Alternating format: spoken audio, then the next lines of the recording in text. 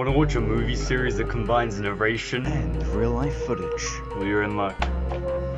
So I have this book titled Liminal, which is actually available to pre-order. I thought I might as well, turn this into a bit of a film. I've made a few short movies in the past. What's up, man? I knew this would take a while, and the trailer to this was actually put up on the channel not that long ago. I figured as this channel goes on, I'd slowly, bit by bit, make this more professional, hopefully put this all together at the end as a fully feature film with some more video footage. But right now, we have a mixture of all three, but hope you enjoy.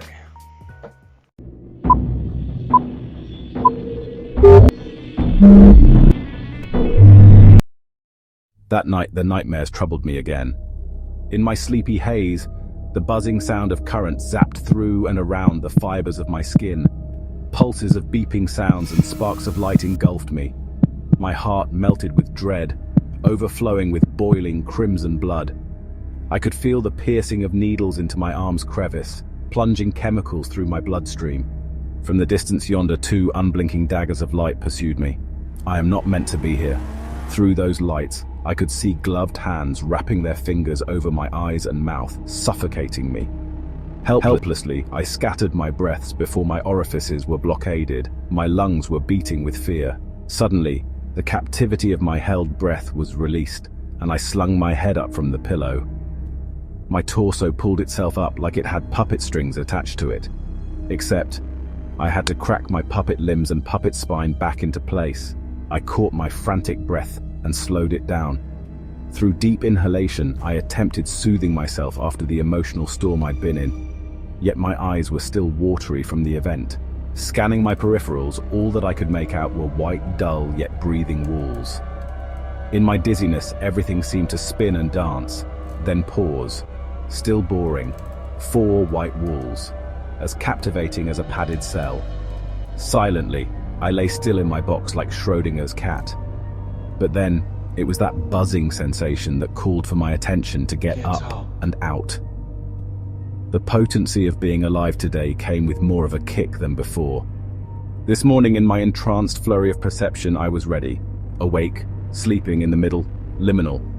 Almost in response to my realization, sunlight snuck its way into my room through the slip of my curtain, beckoning me, reaching through the window, scattering sparkles over the eroding apartment complex.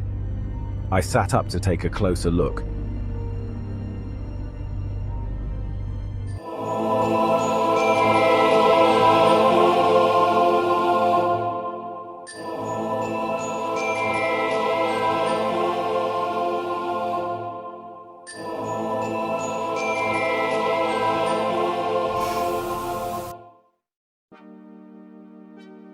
That morning, I confidently peeled back the curtains to unveil the crowd of buildings eager to greet me, bathing in the rays of sunlight that were caught and reflected outwards, dissipating in streams of color.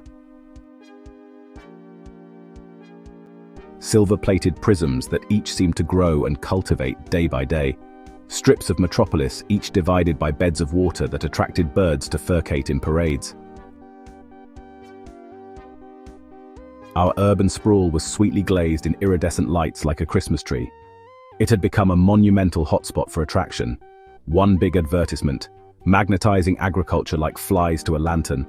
A world of busy I looked down upon, only to see ants working away with individual tasks, agendas, and responsibilities for their colonies. I'd forgotten today's motive was to meet up with Michael. It all felt so meaningless in the grand scheme of things. But I snapped back out of it. I was going to get there today, even if it hurt. Looking down at my phone, it read, "I'm outside."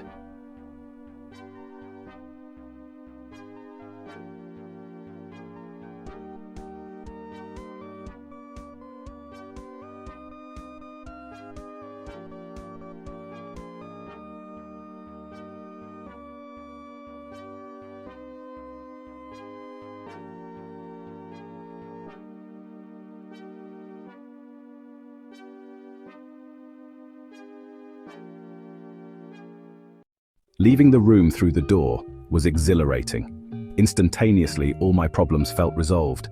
Even as my feet skirted across the dirty floor texture, which reminded me of the poorly kept flooring you would find in a hospital.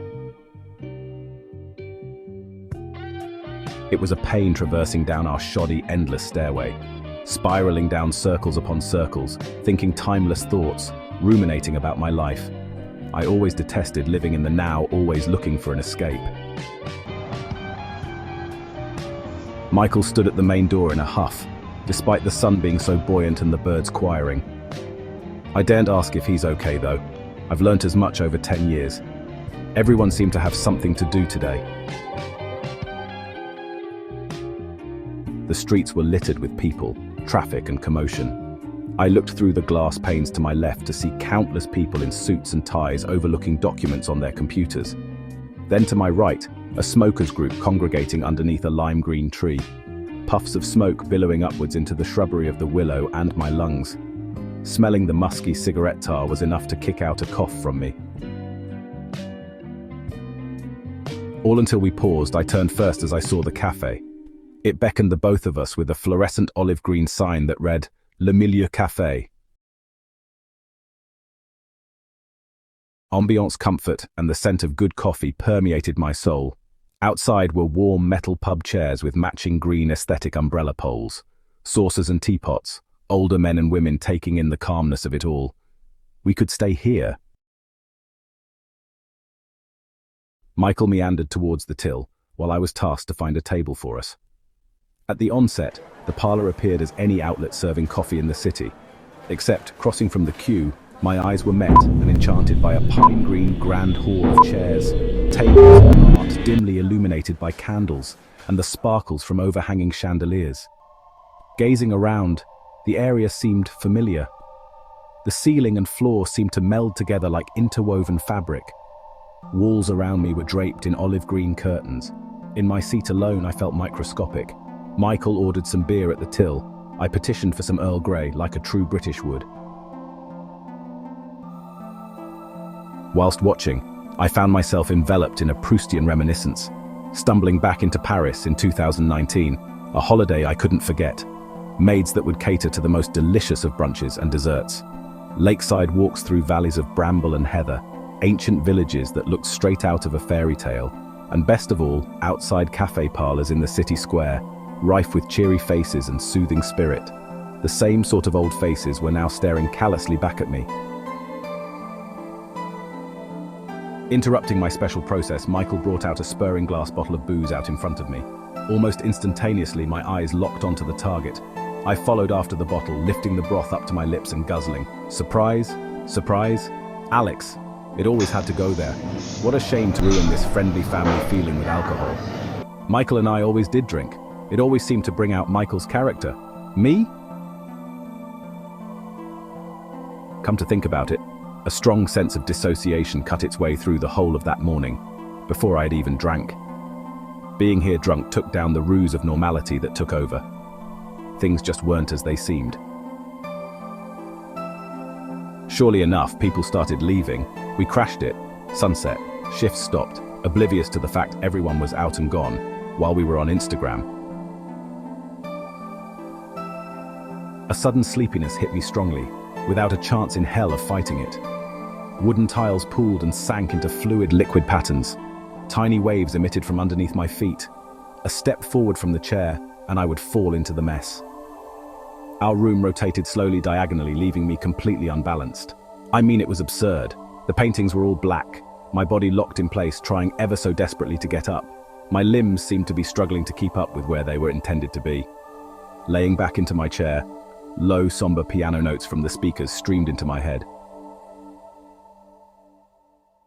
We were left alone,